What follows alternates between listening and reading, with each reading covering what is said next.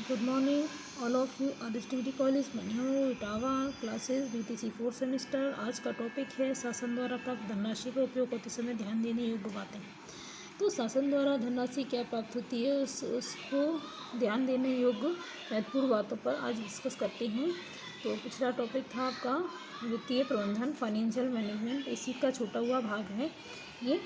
तो प्रधानाध्यापक एवं अध्यापकों हेतु अत्यंत आवश्यक है कि उत्तर प्रदेश सरकार के राजकोष से प्राप्त धनराशि का विद्यालय हित में प्रयोग करते समय निम्नलिखित बातों का अवश्य ध्यान रखें। ठीक है, जो भी राजकोषीय द्वारा राज्य सरकार द्वारा जो भी प्राप्त धनराशि होती है उसका विद्यालय के हित में निम्नलिखित बातों पर विशेष ध्यान दें। ठीक है, तो सबसे पहले है क्रय एवं भुगतान हेतु निर्धारित नियमों का पालन हो। क्रय का जो भुगतान है उसमें निर्धारित नियमों का पालन, जो भी नियम रूल्स बनाए गए राज्य सरकार द्वारा उनके नियमों का पालन किया जाए। ठीक है, बात करते हैं तर्क संगति प्रक्रिया के अंतर्गत वस्तुओं को क्रय किया जाए। मतलब तो ये तर्क संगत प्रक्रिया है, प्रोसेस है, उसके अंतर्गत वस्तुओं को खरीदा जाए। ठीक है, अब बात करते हैं क्रय की जाने वाली वस्तु हेतु निर्धारित बजट सीमा एवं उपयोग अवधि को ध्यान में रखा जाए।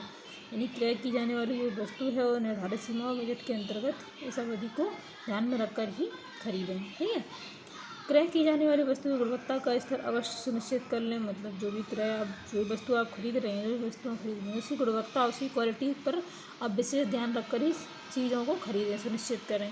ऐसा नहीं है आपकी आपने उसकी क्वालिटी नहीं देखी और कुछ आप लेके आए, कुछ दिन बाद वो ख़राब हो गई, तो इस तरीके की वस्तुएं ना खरीदें। आप ये ना समझें कि मतलब फ्री का पैसा है, तो मिला कि ये भी राज्य सरकार का पैसा है, तो इसका आप दुरुपयोग न करके आप सदुपयोग करें। ठीक है, अब बात करते हैं, चलिए इससे रिलेटेड कुछ वैकल्पिक प्रश्न थे इस चैप्टर से रिलेटेड, तो हमने जो मोस्ट इम्पॉर्टेंट थे कुछ प्रश्न वही लिख लिए हैं, तो उसको डिस्कस करते हैं।